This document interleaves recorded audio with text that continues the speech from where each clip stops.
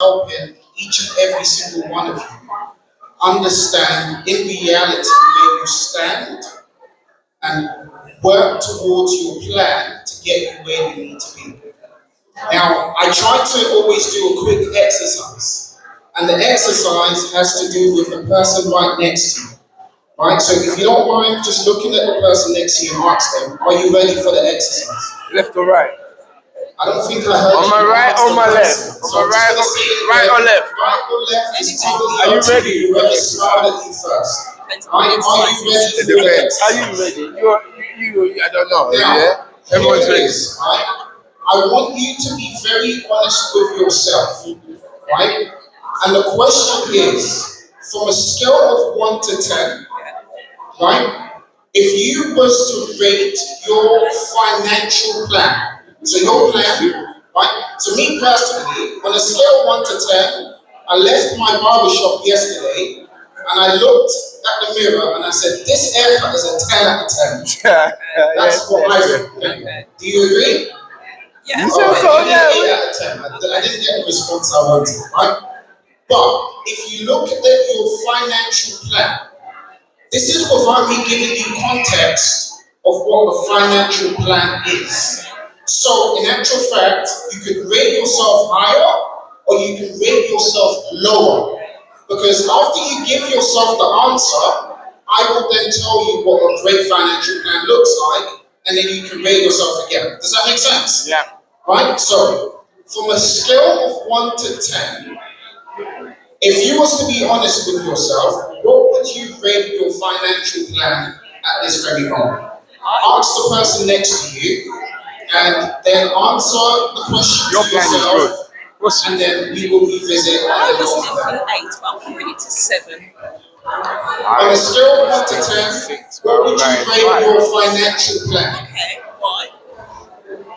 Because it's more. Okay, so do we have an answer? Yes. Do we have an answer? Yeah. Okay, fantastic. Now, the reason why I asked this question is because a lot of people rate their financial plan based on 4 things, right? They focus on making sure that they work hard, they make money, That's not a plan. they have money in savings, and they can do what they want and when they want. Right? So a lot of people base their financial plan on those 4 things. I'm working hard, I have a good job. So they give a higher score based on the job they have. They give a higher score based on how much they have in savings. They give a higher score based on what they can do with money. It's Friday, I can go out and do whatever I want. I'm doing well. I just got this new job that pays me a bit more. I'm doing really well. I've got this amount of money in my account. I'm doing really well. But in actual fact, that's not what you should base your financial planning score on. Ask the person next to you again. Is it making sense so far? Right? Now, you're going to do the exercise again, and I want you to base it on these additional things that I've just mentioned. A great financial plan starts with you understanding that you are protecting the greatest asset that is going to work towards you achieving that plan you have in motion. And what do you think the greatest asset is? Yourself. Thank you very much. You. So a great financial plan has to do with you understanding, am I protecting the greatest asset? That's the first thing, right? A great financial plan also has to do with you understanding that this asset or whatever it is I built, do I know who's going to receive it? Because I tell you this, how many of our family members, in the event of someone passing away, have you seen WWE in the main house? Why? Because of the fact that they've not discussed or spoken about what they want to happen with their money. Another thing that you need to bear in mind is my financial plan. Does it also lead to the government taking my money? Because believe it or not, a lot of us here are sitting down and you wouldn't even give £1 to the next person without knowing what it's for. But without us knowing, we're actually working towards giving the government 40% of everything that we own over a specific threshold. And what that's called is inheritance taxes. Has anyone heard about inheritance taxes? You know about inheritance taxes? Believe it or not, last year alone, the government took £7.9 billion just on inheritance taxes alone.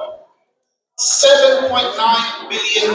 So if your daughter or son, you have a mom or a dad who might have said, I don't have money. And in actual fact, maybe they don't have physical money, but they've got properties, right? They've got land, they've got pensions from their workplace, which, by the way, pensions are now included in inheritance tax calculations, right? Starting from 2027, if you're not aware. But you do not know that in the event of death, everything over £325,000 that you might be inheriting, if they don't also own a main residence, the government will take 40%. Right? So you need to factor that in when you're thinking about your score. Right? So what is the government taking from you? And the last thing is, where is my money sitting? This money that you have, is it just sitting in your bank account? Doing what? Because the government and, in actual fact, your bank, they use your money. Try to go into your bank today and say, I want to take out 30,000 of everything. I want to empty my whole account. You won't be able to take out that money all at once. Do you know why? Because they're using your money to make money. Right? That's what's happening. Now, is your money just sitting in the account looking at you while you're looking at it?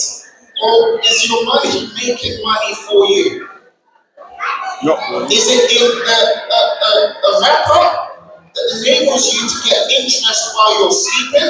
Or is it just sitting there ready for you to take it out to do what you want?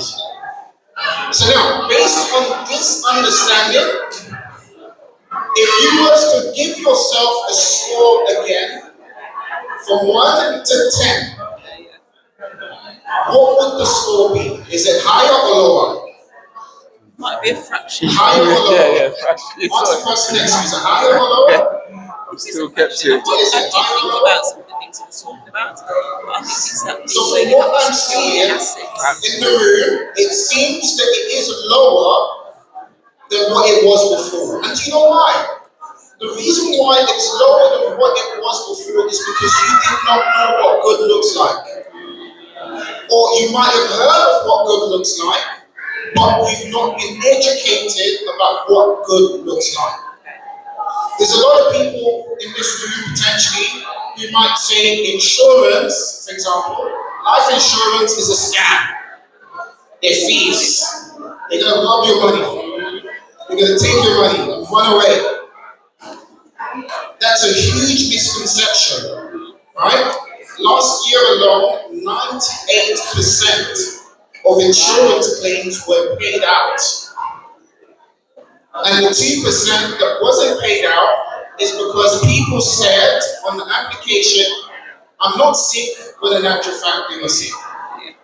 Or people said, I don't smoke, when in actual fact they smoke. Or in actual fact, people said, I've got the policy for the rest of my life, when in actual fact it's only until the age of 60. So it's not for the rest of their life. And that's the reason why some policies don't pay out. Now, the reason why I try to do these exercises is to get you thinking about your personal circumstance. And the worst position to be in is thinking you have something that you don't. And I'm going to go even deeper, right? I speak to a lot of prospects, and I speak to my family, and I say it very bluntly. You can look at me different if you want or not. I say it very bluntly. If you set up a GoFundMe page, I am not contributing. Don't come to me. Don't ask me for a penny. I am not giving you £1. Don't even send it to me. I'm going to look at it and I'm going to look away. And the reason why I do that is because of the fact that I educate my family and I speak about it every single day about the importance of making sure you have some form of life insurance. If you have children and you don't have life insurance, you're playing a game. If you have assets and you have a family, but you don't have any form of financial protection, that is a risk that you're taking. Because life happens, right? Things happen. If you have properties that you're planning to pass on to your children, but you've not had conversations about setting up a trust or work towards making sure that the government doesn't take a piece of your pie, then you're playing the game. And why do I speak this way? Because the reason why I speak this way is because I rather you don't like me now than you not like me when you then come to me and I tell you there's nothing we can do. Why? Because the best time to take actions is now when you potentially don't need it. The best time to get things in place is when you don't need it. Because when you need it, you can't get it. Right? Am I making sense? Yes. Is it clear? And I really hope this adds value to you. And I want to finish with this. I genuinely want to finish with this. If you're not having conversations, they are professionals. They are people out there that are more than happy to give you time to have these conversations. You know, I live in London and I drive through Mayfair all the time. The wealth that's been created in Mayfair wasn't wealth that was created via hard work.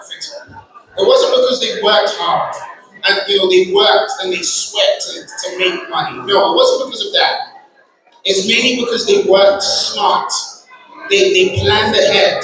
When I was in school, I'd see a lot of my colleagues or people saying, "Oh, my granddad left me this," or "My great grandmother left me that." But why is it that we're not seeing that in this generation in our communities? It's because of the way in which we see what good looks like. Good looks like working hard, making money, saving money, and being able to do what we want. That's what good looks like. I can sense the mic is about to be taken from you. But what good should look like is getting financial protection, sorting out your will to avoid a wrestling match in the event of your death, right? Making sure your money is working for you, and speaking to the right people that can help you make sure the government do not take a piece of your pie. Now I'm going to hand back the mic. I do have a stand just by the door with some of my business colleagues. If you have any additional questions, I'm more than happy to answer your questions, and we can take it from there. But I wanted this session just to let you know what your score is in reality, and then start to work towards changing that score for you as well. So yeah, thank you very much. Thanks, Ahmed. Thank you. So, as I said, we need information is not stored at the front of the building. Please sort out your finances, okay? We've got a little young lady that's supposed to come to the stage. Can I see Millie? Millie, can you bring yourself to the stage, please? Million McCain. Let's give a warm welcome to Millie.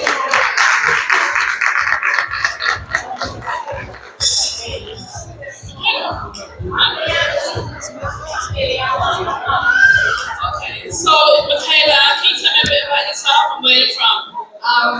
My name's Michaela and I'm 14. I'm from here, You're from Birmingham? Okay, alright, okay, just something like that. So what are you going to be talking about? My general experience in property. Okay then, take the floor, little lady. I'm 14 and I've had an experience in property because my mum was a property investor.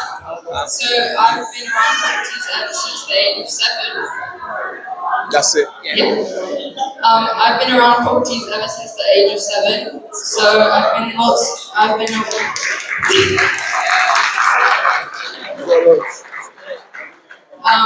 seen lots of very hard down buildings, very stinky buildings, but it's an experience. And I remember when I was younger, I used to say, "Oh, that's such a horrible building. What are you going to do with that?" And my mother would always say, "It has a great opportunity, and we're going to build this building up and make it beautiful." And she did. After lots of months of hard work, I went back to the property and it was amazing. You could live there, you could cook, and it didn't smell anymore, which was great. Yeah, that's pretty much it. Hi guys, my name is Mimi. So Mimi Property, since this young lady was born, and obviously carried along with me to view all the properties. We mainly invested in Mansfield at the time, and now we've actually been investing in London, buying lands and building properties from scratch. So I'm also a mortgage broker, so I guess that helps as well because I have the knowledge of finance. But we brought Michaela here really to inspire you all and to inspire you to share finance with your kids, talk about numbers with your kids, and talk about how they can actually invest as well, so they can have a brighter future. And I think as soon as Michaela is able to get a mortgage, she will definitely be getting to the property ladder. And that's the purpose of our talk today, is really to inspire the youngest to look into invest and really find a way to become financially free long term. Thank you very much for having us.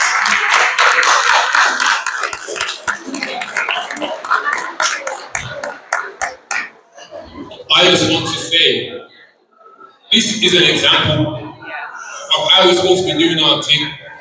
Yeah? Remember, economics is the management of what? Resources. Resources. And resources, everything, including people, anybody. The book says a wise man will hear and increase what? Learning. You can learn from anybody. Don't be foolish, don't be ignorant. Allow yourself to be inspired, allow yourself to be motivated. You see it?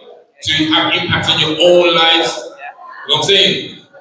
There's many young, look at the back row. One bag of entrepreneurs, you know, young, all under the age of 60 years old. All under the age of 60 years old. So please, again, wait. Give me this.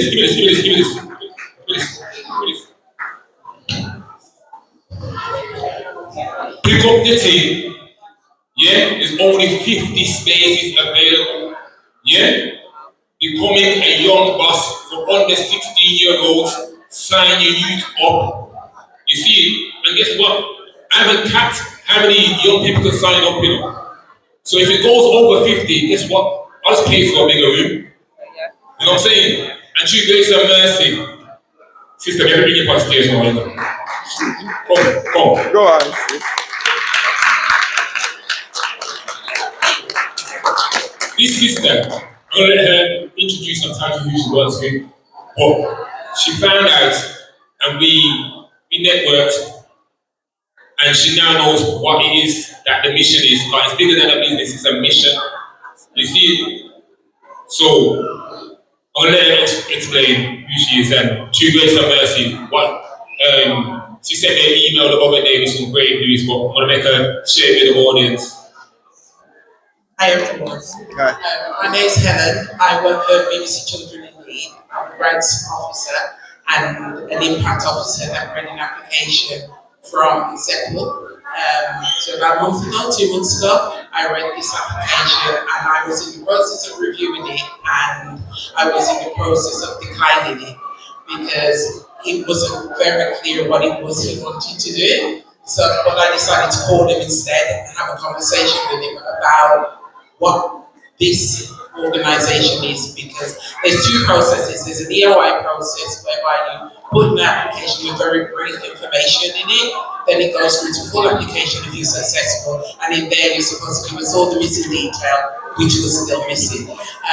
So I called Andre, and I'm really glad that I did call Andre because he was able to tell me about Zeppel and tell me about his vision for economic freedom for people from lower income families. It was beyond the whole idea of financial literacy, which is important, which is why we wanted to fund it, but it was also about the community that he wanted to build and the value that he wanted to teach young people to have in each other. He told me that the greatest resource that a person has is the person in their network along with themselves. So if you have a banker in your network, you have somebody who can teach you something that you don't know about banking, or a doctor. By the same token, if you happen to be, I don't know, a teacher, you can give the banker something that he doesn't have in his network. So if you look at people as part of your value system, you stop seeing them as a threat and seeing them as an opportunity to build together. And it's about building generational wealth, building out of poverty, so that not even our children, but our grandchildren will not be in the same position, sitting down thinking about how we scratch to make a living, but rather we now have embedded generational wealth where we can sit in high places just as a natural place that we sit.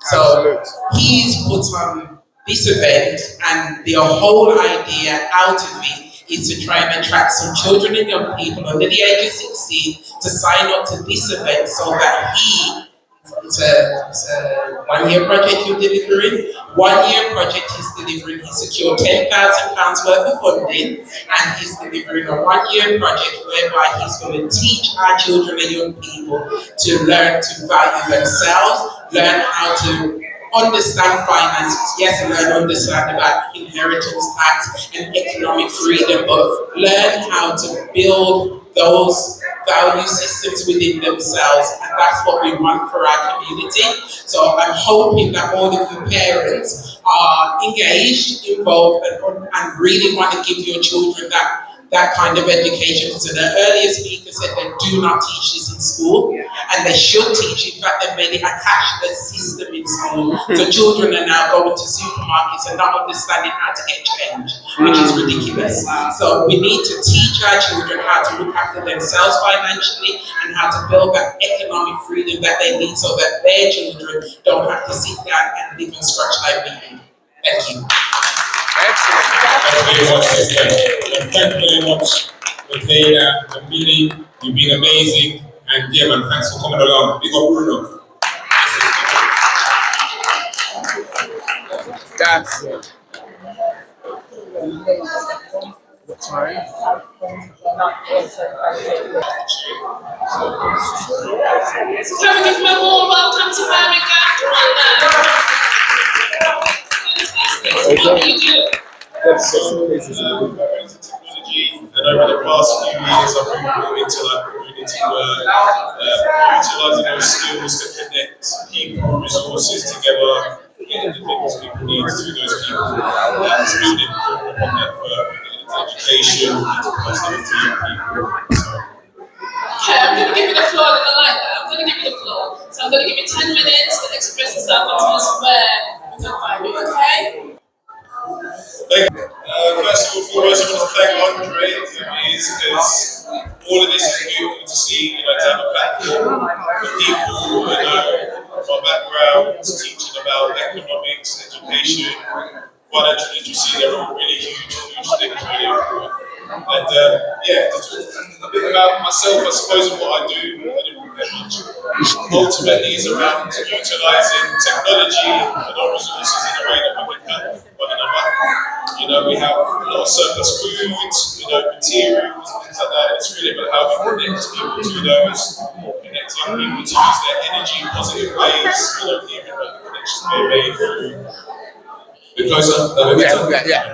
Yeah, okay. So yeah, ultimately, as I say, my skills in technology, working in various industries, trying to connect people to the things they need, be that food, furniture, housing, in the past few years, and it was starting this project when I met Andre at an event in London, building upon how we can direct food, surplus food from shops to food banks, furniture to people coming out of homelessness, shipping to other countries and things. It's just really all been about connecting and educating and showing people that they really do have the skills they need. And as was just said, even if they may not have those skills themselves, someone in their network has those skills. So all the people I've met, my time here already today were really useful connections and really helpful in terms of understanding how do we empower ourselves as a people, but also all of our communities. That's something that needs to be done locally, nationally, and globally. So I'm really glad to see what's happening here, and I'm excited for the next event that we can continue to do similar things upon. And one thing I've been looking to do is actually build an apprenticeship program pattern just there. Come September, sorry to put you on the spot there, but you should be the first person coming into this organisation as a formal apprentice to be trained, multi-skilled in preparing food, growing food, building houses, understanding technology, financial literacy, all of these skills that all of our children need. And really, if we're going to see a better future for all of us, we need to educate. We can't rely on any corporations, governments, and so on to do what's best for us. That has to be something we take accountability and responsibility for ourselves, and really instill that in our young people, and even people of an older age that may have kind of settled for the way the world is as it is. And I don't think that's good enough for any of us. I think we all deserve much better. And I'm really pleased to see a lot of people here that I hope to network with and really help to branch out further. Straight.